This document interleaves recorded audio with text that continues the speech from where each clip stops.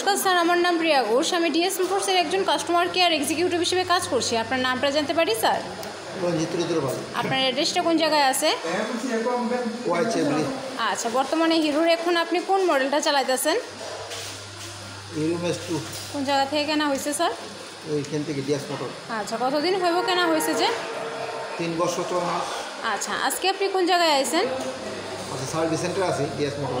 আচ্ছা, কিসের জন্য আইছেন? সার্ভিসিং করার জন্য। আচ্ছা, যখন আপনি আমাদের এখানে স্কুটারটা নিয়ে আইছেন তখন টেকনিশিয়ান বা সুপারভাইজার কি আপনাকে ওয়েলকাম জানাইছে স্যার?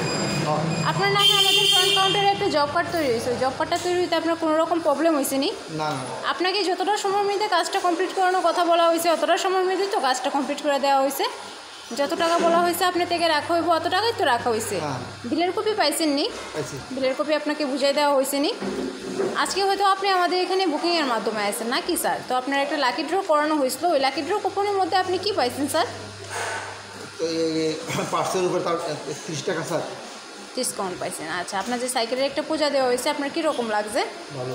কাজটা করে যদি আপনার ভালো লেগে থাকে আপনার আত্মীয় স্বজন বা বন্ধু বান্ধবদের জানাবেন আমাদের এখান থেকে সার্ভিসিং করানোর জন্য বা হিরো মোটর বাইক কেনার জন্য। একদম। আচ্ছা স্যার, লাস্টে একটা রেটিং দিতে লাগে 1 থেকে 10-এর মধ্যে। আপনার ভালো লাগলে আপনি 9 বা 10-এর মধ্যে যে কোনো একটা নাম্বার বলতে পারেন।